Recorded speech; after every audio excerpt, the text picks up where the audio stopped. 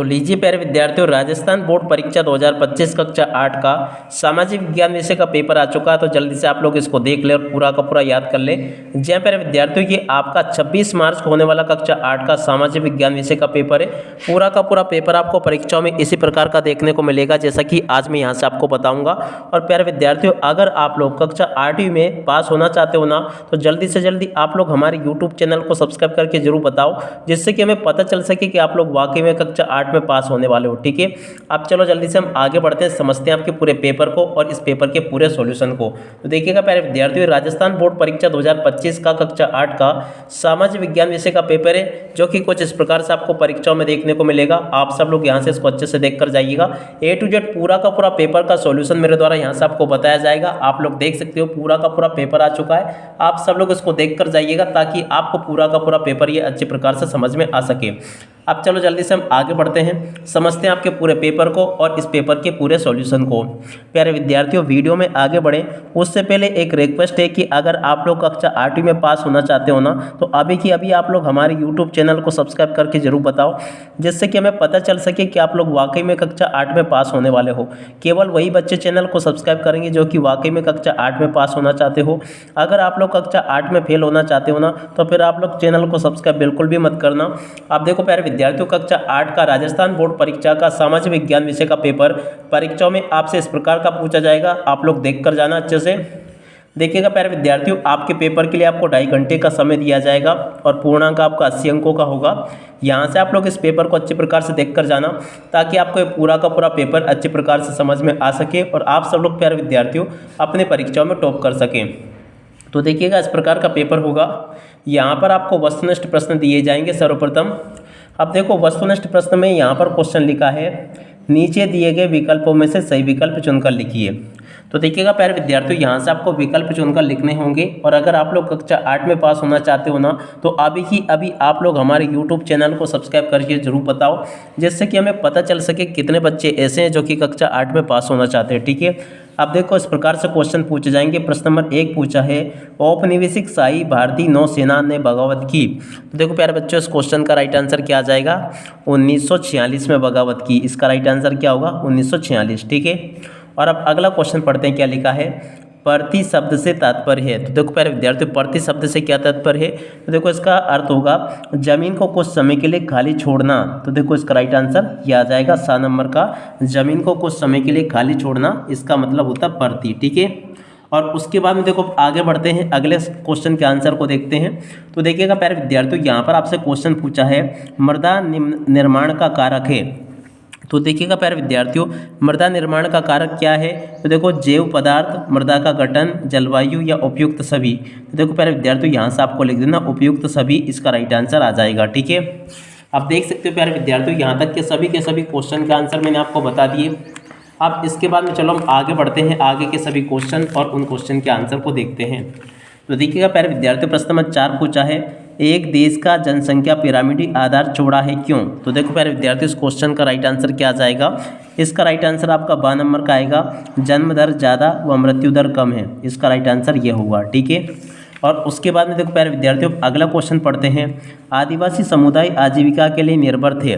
तो देखिएगा प्यारे विद्यार्थियों, आदिवासी समुदाय जो ना आजीविका के लिए किस पर निर्भर थे? जंगल पर निर्भर थे, शिकार पर निर्भर थे, आ तथा बा दोनों। तो देखो इसका राइट आंसर आपका क्या आ जाएगा? आ तथा बा दोनों, वो जंगल पर निर्भर थे और शिकार पर निर्भर थे। ठीक है, और अब अगला क्वेश्चन, बाल श्रम अधिनियम पारित किया गया। तो देखो प्यारे विद्यार्थियों, बाल श्रम अधिनियम कब पारित किया गया? देखो ये 1950 में पारित किया गया। ठीक है ना, इसका राइट आंसर क्या आ जाएगा? 1950। ठीक है, और अब अगला क्वेश्चन पढ़ते हैं, मराठा शक्ति को संगठित किया गया। तो देखो प्यारे विद्यार्थियों, मराठा शक्ति को किसने संगठित किया? देखो इसका राइट आंसर आपका आ जाएगा, शिवाजी ने किया। ठीक है ना, यहाँ से आप लोग इन क्वेश्चन के आंसर को देख लो और अच्छे से इनको याद भी करके जाना।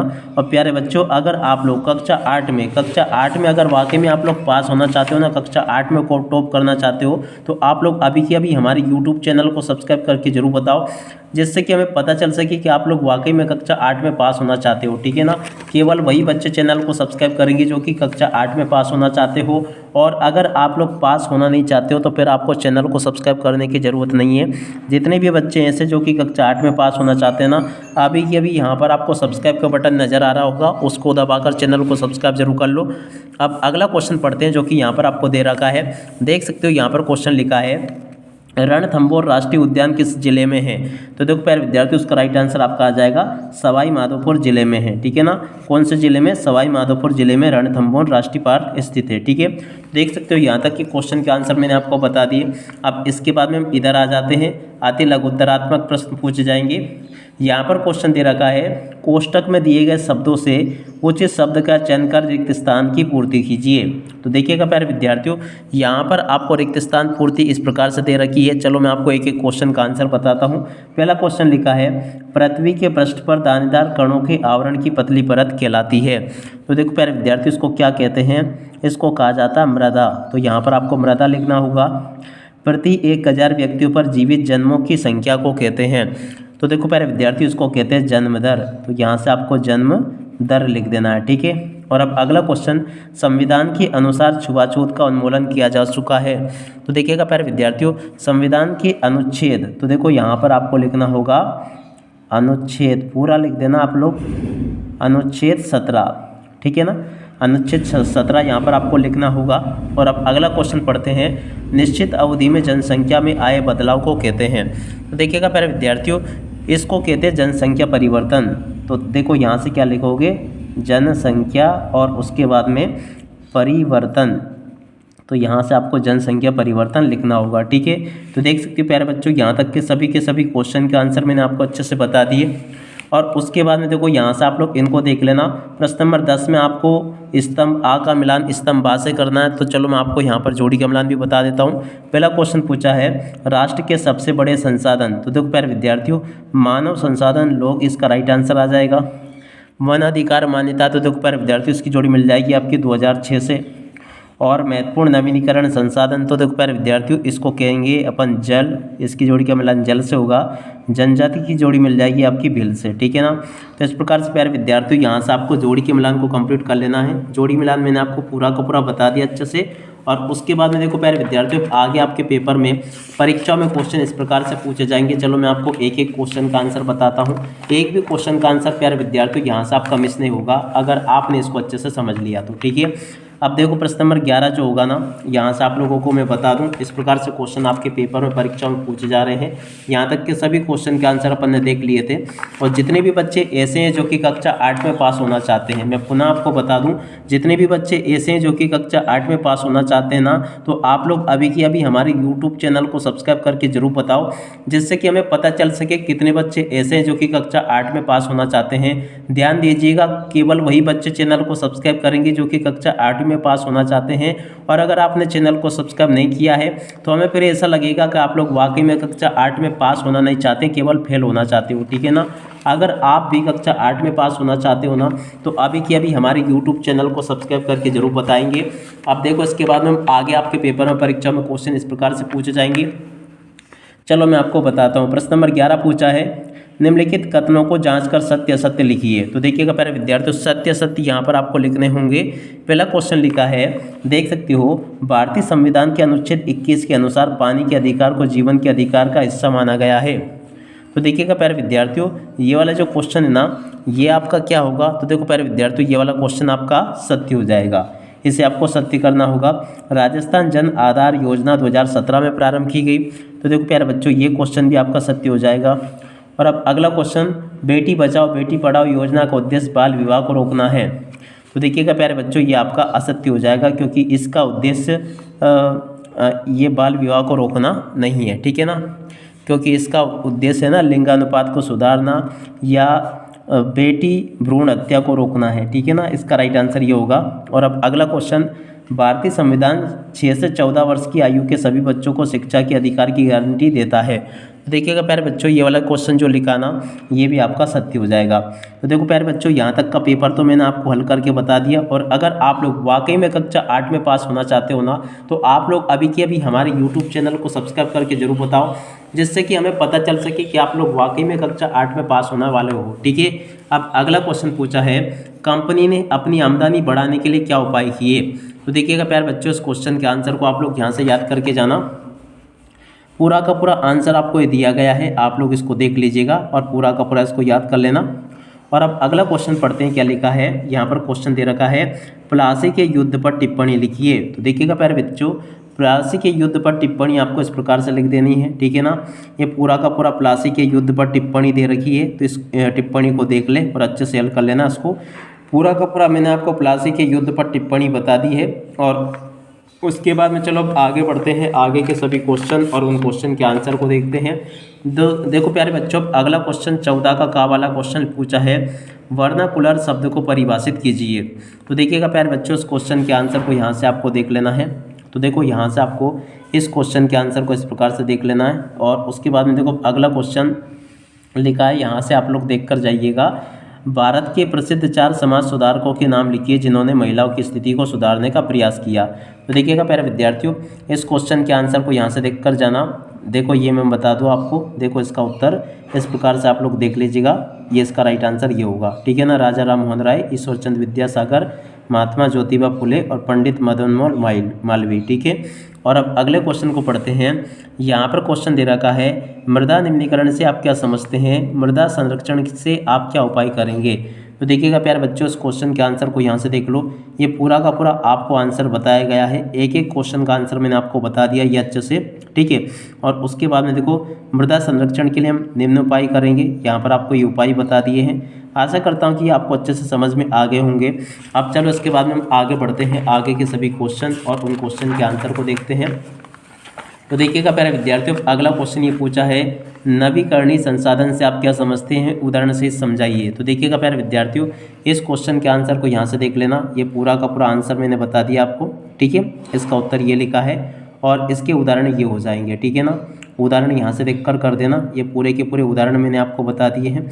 और अब अगला क्वेश्चन देखते हैं क्या लिखा है, राजस्थान के मानचित्र में निम्न में से 4 स्थानों को दर्शाना है। तो देखिएगा प्यारे विद्यार्थियों यहाँ से आपको बीकानेर को दर्शाना है, जैसलमेर को दर्शाना है, कोटा, बांसवाड़ा और हनुमानगढ़ को दर्शाना है। देखिएगा प्यारे विद्यार्थियों इस प्रकार का आपका ये मानचित्र आएगा और मानचित्र में आपको इन जिलों को दर्शा देना है। देखिएगा प्यारे विद्यार्थियों यहाँ पर आपको इस प्रकार से इन जिलों को दर्शाना होगा, तो आप लोग इनको दर्शा कर देख लेना। अब देखिएगा प्यारे विद्यार्थियों चलो मैं आपको मानचित्र भी बता देता हूँ। तो देखो इसमें यहाँ पर आपको दे रखा, सबसे पहले हम जैसलमेर को लिखेंगे। तो देखो ये जो ज़िला है ना ये वाला आपका जैसलमेर हो जाएगा। ठीक है ना। यहाँ पर आपको क्या लिखना होगा, जैसलमेर। तो देखो ये आपका जैसलमेर हो जाएगा। और उसके बाद में देखो फिर आपसे पूछा है बीकानेर।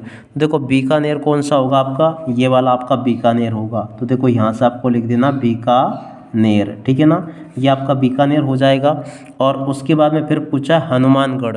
देखो हनुमानगढ़ कौन सा होगा, देखे तो देखो ये वाला जो ज़िला है ना ये आपका हनुमानगढ़ होगा। तो यहाँ से आपको लिख देना है हनुमान और उसके बाद में गढ़, हनुमानगढ़ ये वाला ज़िला होगा। ठीक है ना। आप लोग देख लेना अच्छे से मानचित्र को।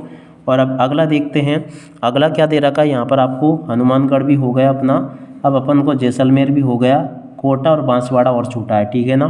अब देखो कोटा कौन सा होगा, कोटा अगर देखा जाए ना तो देखो यहाँ से अगर हम देखें तो देखो ये आपका झालावाड़ होगा, ये आपका बारा होगा और ये आपका कोटा होना चाहिए। ठीक है ना। तो ये जो ज़िला है ना आपका इस जगह पर, ये कौन सा ज़िला आपका, देखो यहाँ पर आपको लिख देना कोटा। ठीक है ना। ये वाला ज़िला आपका कोटा होगा। ठीक है। और उसके बाद में देखो अगला जो देखें ना अपन, तो एक और कौन सा छोटा, बांसवाड़ा। अब देखो बांसवाड़ा ज़िला देखते हैं कौन सा होगा इसमें से, आप लोग कमेंट में बताइएगा, मुझे ढूंढने में थोड़ा सा परेशानी हो रही है। देखते हैं बांसवाड़ा ज़िला कौन सा है अपना। तो देखो यहाँ से देखा जाए तो देखते हैं बांसवाड़ा ज़िला कौन सा अपना, थोड़ा सा समय लगेगा ढूंढने में। तो देखिएगा यहाँ से अगर देखा जाए ना तो बांसवाड़ा ज़िला कौन सा होगा, आप लोग कमेंट में बताना। बाकी ज़िले तो मैंने आपको भरकर बता दिए, बाकी बांसवाड़ा अपन को नहीं मिल पा रहा है। देखते हैं कि कौन सा इसमें से बांसवाड़ा है। तो आपको यहाँ से इसको देखना होगा और यहाँ पर आपको बांसवाड़ा भरना होगा। तो देखिएगा दोस्तों, यहाँ पर जो बांसवाड़ा है ना, ये वाला ज़िला होगा, ये वाला, ठीक है ना। यहाँ से आपको क्या लिख देना होगा, बांसवाड़ा। तो इस प्रकार से आपको ये मानचित्र भर लेना होगा, पूरा का पूरा भरकर मैंने आपको बता दिया। अब चलो इसके बाद में हम इधर आ जाते हैं, इन क्वेश्चन को पढ़ते हैं। प्रश्न नंबर 18 में क्वेश्चन पूछा जाएगा, उद्योग का अर्थ बताते हुए विनिर्माण को समझाइए। तो चलिएगा प्यारे विद्यार्थियों, जल्दी से मैं आपको इस क्वेश्चन का आंसर बता देता हूं कि उद्योग का अर्थ बताते हुए आपको विनिर्माण को किस प्रकार से समझाना है। तो देखिएगा प्यारे बच्चों, इस क्वेश्चन का आंसर ये आ जाएगा। आप लोग देख लें इसको और अच्छे से याद भी कर लेना। पूरा का पूरा मैंने आपको ये बता दिया। और अब अगला क्वेश्चन पढ़ते हैं, प्रश्न नंबर 19, जिसमें कि पूछा सुनहरा रेशा के रूप में किसे जाना जाता है। तो देखिएगा प्यारे बच्चों, इस क्वेश्चन के आंसर को यहाँ से देख लेना। सुनहरा रेशा के रूप में किसे जाना जाता है, पूरा का पूरा बता दिया मैंने आपको, ये अच्छे से देख लो और याद कर लेना। और अब अगला क्वेश्चन पढ़ते हैं, प्रश्न नंबर 20, समानता के अधिकार की व्याख्या कीजिए। तो देखिएगा प्यारे विद्यार्थियों, समानता के अधिकार की व्याख्या इस प्रकार से आपको कर देनी है, पूरा का पूरा बता दिया मैंने आपको, ये आप लोग याद कर लेना अच्छे से। और अब अगला क्वेश्चन पढ़ते हैं। यहाँ तक के सभी क्वेश्चन के आंसर मैं आपको बता चुका हूँ। और उसके बाद में देखो अगला क्वेश्चन, भारतीय संविधान में धर्मनिरपेक्षता को किस प्रकार समझाया गया है। तो देखिएगा प्यारे बच्चों, इस क्वेश्चन का आंसर को यहाँ से याद करके जाना, ये पूरा का पूरा आंसर मैंने आपको बता दिया, ठीक है। और उसके बाद में देखो प्यारे बच्चों, अगला क्वेश्चन, राजस्थान की हथकरघा उद्योग पर टिप्पणी लिखी है। तो देखिएगा प्यारे बच्चों, इस क्वेश्चन के आंसर को यहाँ से देख लेना, ये भी पूरा का पूरा मैंने बता दिया आपको। और अब अगला क्वेश्चन पढ़ते हैं, जो कि दे रखा है, पेसिंग से आप क्या समझते हैं। तो देखिएगा प्यारे विद्यार्थियों, पेसिंग से आप क्या समझते हैं, इस क्वेश्चन के आंसर को यहाँ से देख लो और पूरा का पूरा याद कर लेना इसको।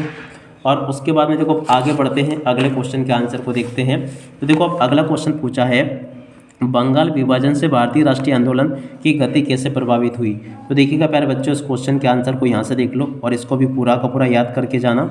और उसके बाद में देखो अगला क्वेश्चन, रोलट सत्याग्रह पर आपको टिप्पणी लिखनी है। तो देखो इस क्वेश्चन के आंसर को देख लीजिएगा, बाकी क्वेश्चन के आंसर मैं आपको बता देता हूँ।